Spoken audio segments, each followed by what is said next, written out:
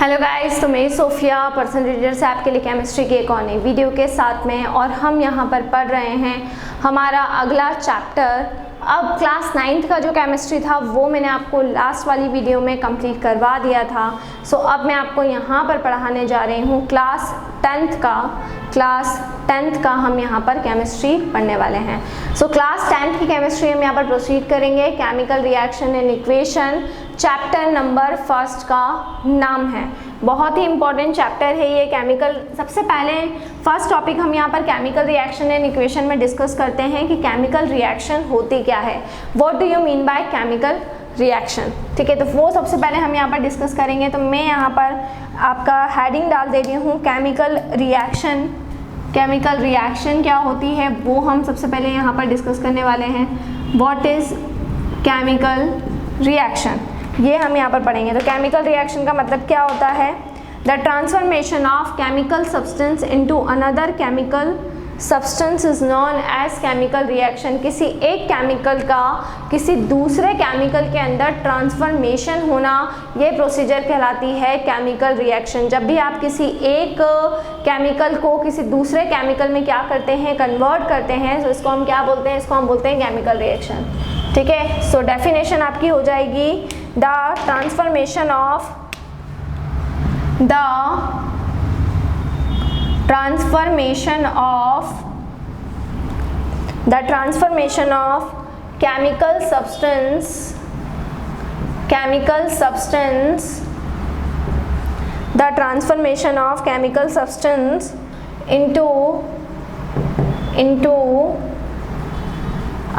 chemical substance into another chemical substance, ठीक है। The transformation of chemical substance into another chemical substance is known as chemical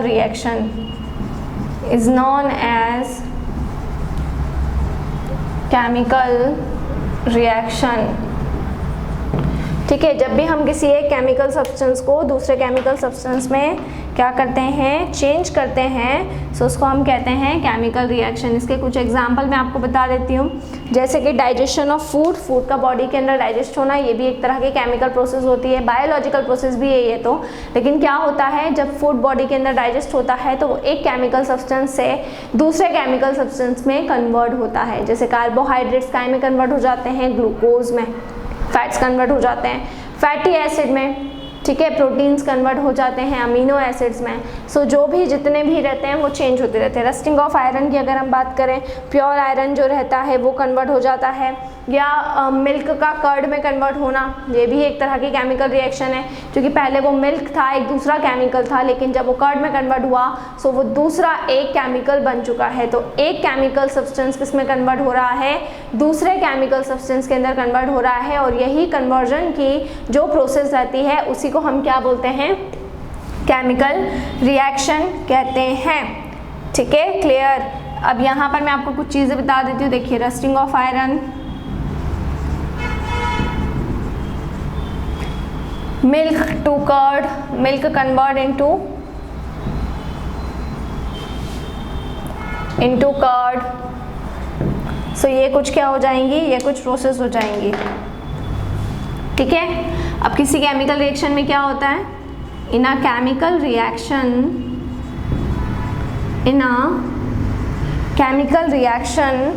a new substance is formed,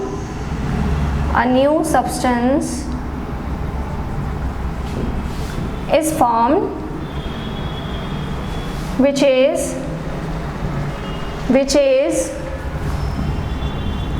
है ना, completely different in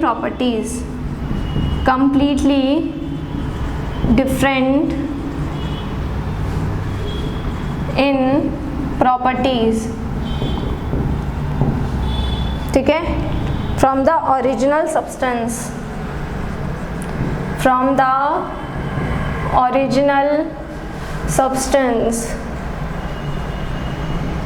ठीक है। तो देखिए क्या होता है, जब भी कोई केमिकल रिएक्शन होती है तो एक नया सब्सटेंस क्या होता है, फॉर्म्ड होता है, जो पूरी तरीके से डिफरेंट होता है ओरिजिनल सब्सटेंस के थ्रू। तो पूरी तरीके से वो क्या रहेगा, ओरिजिनल सब्सटेंस के थ्रू डिफरेंट रहेगा, बिल्कुल अलग रहेगा। ठीक है, क्लियर है ना। जब भी कोई केमिकल रिएक्शन होती है तो उसमें ऐसा होता है। ठीक है, अब सुनिएगा। अब यहाँ पर रिएक्टेंट्स की हम बात कर लेते हैं कि रिएक्टेंट्स क्या होते हैं। ठीक है, केमिकल रिएक्शन में रिएक्टेंट्स होते हैं और प्रोडक्ट होते हैं। ठीक है, substances which take part in a chemical reaction is called reactants, is called reactants। वो substances जो chemical reaction में क्या करते हैं, पार्टिसिपेट करते हैं, केमिकल सब्सटेंस में पार्ट लेते हैं, उनको हम क्या बोलते हैं, उनको हम रिएक्टेंट्स बोलते हैं। ठीक है, जैसे कि मान लीजिए कोई भी रिएक्शन हो रही है, A+B से क्या बन रहा है, C+D बन रहा है। सो A और B क्योंकि केमिकल रिएक्शन में क्या कर रहे हैं, पार्टिसिपेट कर रहे हैं, इसीलिए हम A और B को क्या बोलेंगे, A और B को हम बोलेंगे रिएक्टेंट्स। तो A और B हमारे हो गए रिएक्टेंट्स जो आपस में क्या हो रहे हैं, कंबाइन हो रहे हैं। सो वो सब्सटेंस जो केमिकल रिएक्शन में क्या करता है, पार्टिसिपेट करता है, उसको हम क्या कहते हैं, उसको हम रिएक्टेंट कहते हैं। फिर सेकेंडली हम बात कर लेते हैं यहाँ पर प्रोडक्ट्स की। तो प्रोडक्ट्स क्या होंगे, new substance formed after a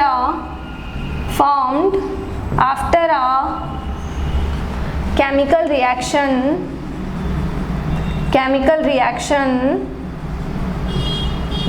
is called products। देखिए, वो सब्सटेंस जो केमिकल रिएक्शन के थ्रू फॉर्म्ड होते हैं, जैसे कि यहाँ पर ये जो हैं, ये क्या कहलाएंगे, प्रोडक्ट। जब रिएक्टेंट आपस में कंबाइन होते हैं तो केमिकल रिएक्शन होती है, और उस केमिकल रिएक्शन से जो ऑब्टेन होते हैं उनको हम क्या कहते हैं, उनको हम कहते हैं प्रोडक्ट्स। सो जब केमिकल रिएक्शन हो रही है, रिएक्टेंट्स आपस में कंबाइन होते हैं और क्या बनाते हैं, प्रोडक्ट्स बनाते हैं। तो जो न्यू सब्सटेंस हमारा बनता है केमिकल रिएक्शन के थ्रू, उसको हम क्या कहते हैं, उसको हम कहते हैं प्रोडक्ट्स। ठीक है, तो वो सब्सटेंसेस जो केमिकल रिएक्शन में पार्टिसिपेट कर रहे हैं उनको रिएक्टेंट्स बोला जाएगा, और जो भी न्यू सब्सटेंस मिलते हैं, न्यू सब्सटेंस बनते हैं, ठीक है, केमिकल रिएक्शन के अंदर, उसको क्या बोला जाता है, उसको प्रोडक्ट्स बोला जाता है। तो ये हमारे क्या हो जाएंगे, ये हमारे बेसिकली हो जाएंगे प्रोडक्ट्स। ठीक है, सो प्रोडक्ट्स का मतलब ये होगा। तो केमिकल रिएक्शन का मतलब आप लोगों को समझ में आया कि जब भी हम किसी केमिकल सब्सटेंस को किसी दूसरे केमिकल सब्सटेंस में कन्वर्ट करेंगे तो उसको हम कहेंगे केमिकल रिएक्शन। इसमें एग्जांपल हो जाएंगे rusting of iron, milk convert into curd. जब भी कोई केमिकल रिएक्शन होती है तो एक नया सब्सटेंस फॉर्म्ड होता है जो पूरी तरीके से प्रॉपर्टीज़ में डिफरेंट होता है ओरिजिनल सब्सटेंस से। रिएक्टेंट्स वो होते हैं जो केमिकल रिएक्शंस में पार्टिसिपेट करते हैं, उनको हम रिएक्टेंट बोलते हैं। प्रोडक्ट वो होंगे जो केमिकल रिएक्शन के बाद हमको मिलेगा, उसको हम क्या बोलते हैं, प्रोडक्ट्स कहते हैं। सो रिएक्टेंट्स एंड प्रोडक्ट्स, इन दोनों का मतलब बेसिकली आपको समझ में आ गया होगा। सो ये हो गई आपकी chemical reaction, reactants and products, ये मैंने आपको पढ़ाया। नेक्स्ट वीडियो के अंदर मैं आपको और कुछ टॉपिक्स को करवाने वाली हूँ, या हम नेक्स्ट वीडियो में पढ़ने वाले हैं कैरेक्टरिस्टिक्स। ठीक है, या हम कर ही लेते हैं उसको कंटिन्यू, कैरेक्टरिस्टिक्स को भी करवा ही देते हैं, तो उसके बाद नेक्स्ट में हम दूसरा कोई टॉपिक कर लेंगे।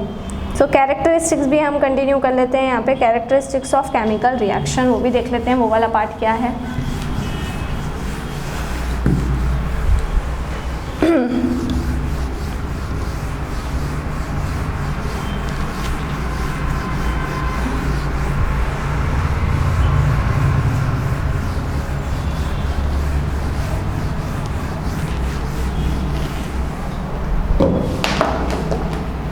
Characteristics of chemical reactions.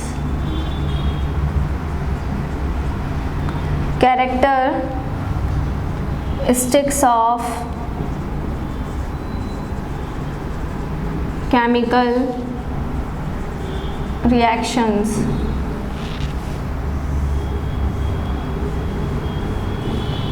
ठीक है,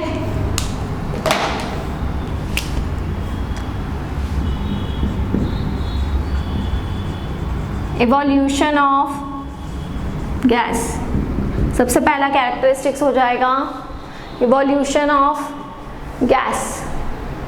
कैरेक्टरिस्टिक्स ऑफ केमिकल रिएक्शन में सबसे फर्स्ट पॉइंट आ जाएगा इवोल्यूशन ऑफ गैस। देखिए, जब भी कोई केमिकल रिएक्शन होती है सो केमिकल रिएक्शन में हमें प्रोडक्ट में कभी कभी क्या मिलती है, गैस मिलती है, और वो गैस क्या हो जाती है, इवॉल्व हो जाती है। तो केमिकल रिएक्शन में ज़रूरी नहीं है कि केवल सॉलिड स्टेट में ही हमको प्रोडक्ट मिलते हैं। केमिकल रिएक्शन में हमें तीनों स्टेट के अंदर प्रोडक्ट मिलते हैं, चाहे वो सॉलिड हो, चाहे लिक्विड हो, चाहे गैस हो। इवोल्यूशन ऑफ गैस को हम एक एग्जाम्पल से समझ सकते हैं। देखिए, जब हम जिंक को लेते हैं, जिंक होता है सॉलिड स्टेट में, और इसकी रिएक्शन जब हम सल्फ्यूरिक एसिड मतलब कि H2SO4 के साथ में करवाते हैं सो हमेशा क्या होता है, ZnSO4 मतलब कि जिंक सल्फेट का फॉर्मेशन होता है, और H2 गैस क्या हो जाती है, इवॉल्व हो जाती है, H2 गैस बाहर हो जाती है। ठीक है, तो evolution of gas, evolution of gas का मतलब क्या हो जाएगा, जिंक ने H2SO4 मतलब हाइड्रोजन सल्फेट के साथ में रिएक्शन करी, जिंक किसके साथ में जाके कंबाइन हो गया, सल्फेट के साथ में जाके कंबाइन हो गया, जिससे हमें मिल गया है जिंक सल्फेट मतलब कि ZnSO4, और H2 मेरा क्या हो चुका है, H2 मेरा बाहर हो चुका है। ठीक है, हाइड्रोजन गैस मेरी क्या हो गई है, बाहर हो गई है। सेकेंड पॉइंट, सेकेंड कैरेक्टरिस्टिक्स हो जाएगा change in colour. Second characteristics क्या हो जाएगा, चेंज इन कलर। ठीक है, क्लियर। देखिए, जब हम बात करते हैं, जब भी कोई केमिकल रिएक्शन होती है, ठीक है, तो उसमें कलर में भी चेंज हो सकता है। ज़रूरी नहीं है कि जो रिएक्टेंट का कलर है तो उन दोनों के रिएक्शन होने के बाद वही प्रोडक्ट का कलर हो। चेंज, केमिकल रिएक्शन कलर में भी चेंज करती है। कैसे चेंज करती है कलर में भी, देखिए हम यहाँ पर देख लेते हैं। हम सिट्रिक एसिड को ले रहे हैं, किसको ले रहे हैं हम, सिट्रिक एसिड। ठीक है, क्लियर। और सिट्रिक एसिड के साथ में हम ले रहे हैं पोटेशियम परमैंगनेट, पोटेशियम परमैंगनेट जिसको हम कहते हैं KMnO4, पोटेशियम परमैंगनेट KMnO4। दोनों को हम आपस में क्या करवा रहे हैं, दोनों को हम आपस में रिएक्शन करवा रहे हैं। सो यहाँ पर पोटेशियम परमैंगनेट जो था वो कौन से कलर का था, वो पर्पल कलर का था। पोटेशियम परमैंगनेट का कलर कौन सा था, पर्पल कलर था। अब यहाँ पर जब ये रिएक्शन होती है सो पर्पल कलर से वो रिएक्शन में जो प्रोडक्ट हमको मिलता है वो कैसा हो जाता है, कलरलेस हो जाता है। कैसा हो जाता है, कलरलेस हो जाता है। तो सिट्रिक एसिड और पोटेशियम परमैंगनेट को जब मिलाया तो पहले पर्पल कलर था, लेकिन अब वो कलर चेंज हो गया, कौन सा हो गया है, वो कलरलेस हो गया है। इसी तरह से अगर हम आगे रिएक्शन की बात करें तो देखिए यहाँ पर क्या होता है, सल्फर डाइऑक्साइड और हम पोटेशियम डाइक्रोमेट को लेते हैं। सल्फर डाइऑक्साइड और पोटेशियम डाइक्रोमेट मतलब कि K2Cr2O7 को हम यहाँ पर लेते हैं। ठीक है, क्लियर। सो यहाँ पे इसका कलर होता है ऑरेंज समथिंग, लेकिन बाद में वो चेंज होकर जब ये दोनों आपस में रिएक्शन करते हैं सो ये कौन सा कलर दे देते हैं, ग्रीन कलर दे देते हैं। तो सबसे पहले तो किसी भी केमिकल रिएक्शन में गैस का इवोल्यूशन होता है, और दूसरा कैरेक्टरिस्टिक किसी भी केमिकल रिएक्शन में कलर क्या होता है, चेंज होता है। थर्ड कैरेक्टरिस्टिक्स की अगर हम बात करें, तीसरा कैरेक्टरिस्टिक्स क्या होगा, तो change in the state of the substance, change in the state of the substance.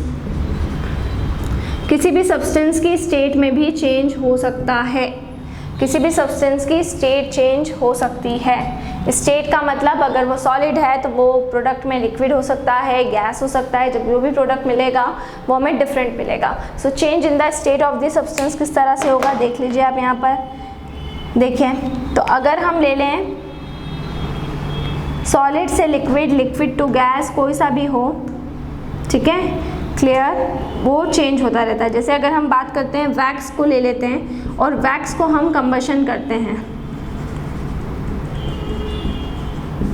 ठीक है, क्लियर। वैक्स को हम क्या करते हैं, कंबशन करते हैं। सो वैक्स कौन सी स्टेट में था, सॉलिड में था। पहले वो सॉलिड से लिक्विड में होगा, और जब उसको कंबशन करेंगे तो वो फिर काय में कन्वर्ट हो जाएगा, गैस में। पहले वो सॉलिड से किस में कन्वर्ट हुआ, लिक्विड में कन्वर्ट हुआ, और लिक्विड के बाद में वो काय में कन्वर्ट हो गया है, गैस में कन्वर्ट हो गया है। सो यहाँ पर जो भी हमारा वैक्स रहेगा उसमें स्टेट में चेंज हो रहा है, तो केमिकल रिएक्शन क्या करती है, स्टेट में भी चेंज करती है। सॉलिड से लिक्विड, लिक्विड से गैस, सभी स्टेट्स के अंदर वो चेंज कर सकती है। चेंज इन टेम्परेचर, अगर हम बात करेंगे यहाँ पर चेंज इन टेम्परेचर की, कि टेम्परेचर में हम किस तरीके से चेंज कर सकते हैं, तो वो हम यहाँ पर देख लेते हैं। ठीक है, क्लियर। तो जब भी केमिकल रिएक्शन होती है क्विकलाइम वाटर की टू फॉर्म स्लेग लाइम, तो टेम्परेचर में चेंज होता है। कभी कभी जो टेम्परेचर होता है वो भी चेंज हो जाता है। कुछ ऐसे केमिकल होते हैं जिसमें टेम्परेचर ज़्यादा हो जाता है और कुछ ऐसे टेम्परेचर होते हैं जिसमें टेम्परेचर कम हो जाता है। जैसे कैल्शियम ऑक्साइड जो बेसिकली होता है वो नॉर्मल रूम टेम्परेचर पर कम होता है, लेकिन जैसे ही हम उसके अंदर पानी को मिलाते हैं, वाटर को जैसे ही मिलाएंगे तो उसमें से हीट निकलने लगती है, हीट इवॉल्व होने लगती है। क्यों? क्योंकि उसका जो टेम्परेचर था वो टेम्परेचर पानी को मिलाने से क्या हो गया, वाटर को मिलाने से बढ़ गया है। तो केमिकल रिएक्शन के अंदर टेम्परेचर भी एक जैसा नहीं होता, टेम्परेचर चेंज होता रहता है, ठीक है। और चेंज इन टेम्परेचर के बाद में जो हमारा अगला पॉइंट रहेगा वो रहेगा formation of precipitate, formation of precipitate, है ना। तो कोई भी केमिकल रिएक्शन जब होती है, जैसे सल्फ्यूरिक एसिड और बेरियम क्लोराइड के बीच में जब भी रिएक्शन होगी, सो हमें प्रेसिपिटेट मिलते हैं। Question is that what is precipitate. Precipitate क्या होते हैं? देखिए, जब भी कोई केमिकल रिएक्शन होती है तो कुछ ऐसे केमिकल होते हैं जो लिक्विड के अंदर डिजॉल्व नहीं हो पाते, तो बॉटम में आके सेटल हो जाते हैं। जब वो बॉटम में आके सेटल हो जाते हैं तो इसको हम कहते हैं बेसिकली प्रेसिपिटेट। जैसे प्रेसिपिटेट कौन कौन से हो जाएंगे, लाइक दैट हमने बेरियम क्लोराइड को ले लिया BaCl2 और इसकी रिएक्शन हमने करवा दी H2SO4 के साथ में, सो ये बन जाएगा आपका barium sulphate BaSO4 plus twice HCl यहाँ पर बन जाएगा। तो बेरियम सल्फेट जो है ये एज आ प्रेसिपिटेट बॉटम में जाकर क्या हो जाता है, सेटल हो जाता है। तो इस तरीके से आपका प्रेसिपिटेट का क्या होता है, फॉर्मेशन होता है, ठीक है। सो ये हमने पढ़ी केमिकल रिएक्शंस जो होती हैं, उन केमिकल रिएक्शंस के बारे में हमने पढ़ा और उन केमिकल रिएक्शन का कैरेक्टरिस्टिक्स क्या क्या होता है उसके बारे में हमने पढ़ा। इसके बाद में नेक्स्ट वीडियो के अंदर हम और कुछ टॉपिक्स को डिस्कस करने वाले हैं। तो क्लास 10th का साइंस स्टार्ट किया है, केमिस्ट्री स्टार्ट की है, अच्छे से पढ़िए। कोई भी डाउट, कोई भी क्वेरी हो उससे आप कमेंट बॉक्स में डाल सकते हैं। और अगर आप हमसे ऑनलाइन होम क्लासेस पढ़ना चाहते हैं सो हम आपको ऑनलाइन होम क्लासेस की फैसिलिटी भी प्रोवाइड कर रहे हैं।